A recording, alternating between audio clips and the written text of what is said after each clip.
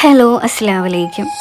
മാങ്ങാക്കാലല്ലേ, അപ്പോൾ മാങ്ങ വെച്ചിട്ട് നല്ല ഒരു അടിപൊളി സ്വീറ്റ് ഉണ്ടാക്കിയാലും അതും വെറും 3 ഇൻഗ്രീഡിയൻറ്റ് വെച്ചിട്ട് ഒട്ടും താമസിക്കുന്നില്ല. ഇതെങ്ങനെ ഉണ്ടാക്കുന്നത് നോക്കാം.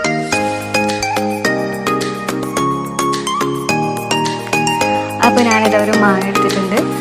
അപ്പോൾ ഇതിൽ നിന്ന് നമുക്ക് തൊലിക്ക് കളഞ്ഞ് മാങ്ങയുടെ പൾപ്പൊന്ന് എടുക്കാം. അധികം നാരില്ലാത്ത മാങ്ങ എടുക്കുന്നതായിരിക്കും കേട്ടോ നല്ലത്. അപ്പോൾ ഞാനിത് തൊലിയൊക്കെ കളഞ്ഞ് കട്ട് ചെയ്ത് വെച്ചിട്ടുണ്ട്. ഇതൊരു മിക്സിയുടെ ജാറിലിട്ടിട്ട് നന്നായിട്ട് ഇതൊന്ന് ബ്ലെൻഡ് ചെയ്തെടുക്കാം.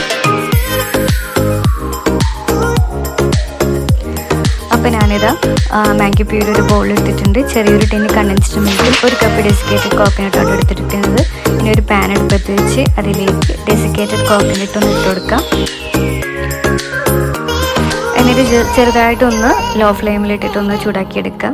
ഇനി ഇതിലേക്ക് നമ്മൾ നേരത്തെ തയ്യാറാക്കി വെച്ചിരിക്കുന്ന മാഗി പ്യൂരി ആഡ് ചെയ്ത് കൊടുക്കാം. ഇനി ഇതിലേക്ക് ചെറിയൊരു ടിന് കണ്ടൻസ്ഡ് മിൽക്കും കൂടി ചേർത്ത് കൊടുക്കാം. എന്നിട്ട് എല്ലാം കൂടി നന്നായിട്ടൊന്ന് മിക്സ് ചെയ്ത് യോജിപ്പിച്ചെടുക്കാം.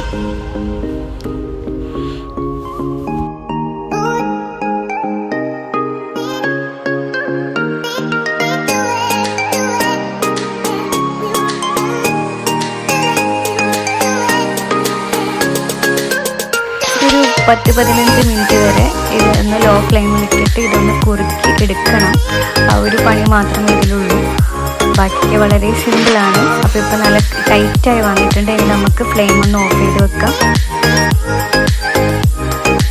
അപ്പോൾ ചൂടൊന്ന് ആറിക്കഴിഞ്ഞാൽ ചെറിയ ബോൾസ് ആക്കി ഒന്ന് ഉരുട്ടിയെടുക്കാം.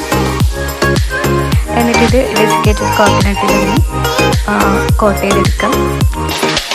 അപ്പോൾ ഇത്രയേ ഉള്ളൂ നമ്മുടെ എളുപ്പത്തിൽ ഉണ്ടാക്കാൻ പറ്റിയ മാംഗോ ബോൾസ് ഇവിടെ റെഡി ആയിട്ടുണ്ട്. കുട്ടികൾക്കൊക്കെ എന്തായാലും ഇഷ്ടപ്പെടും.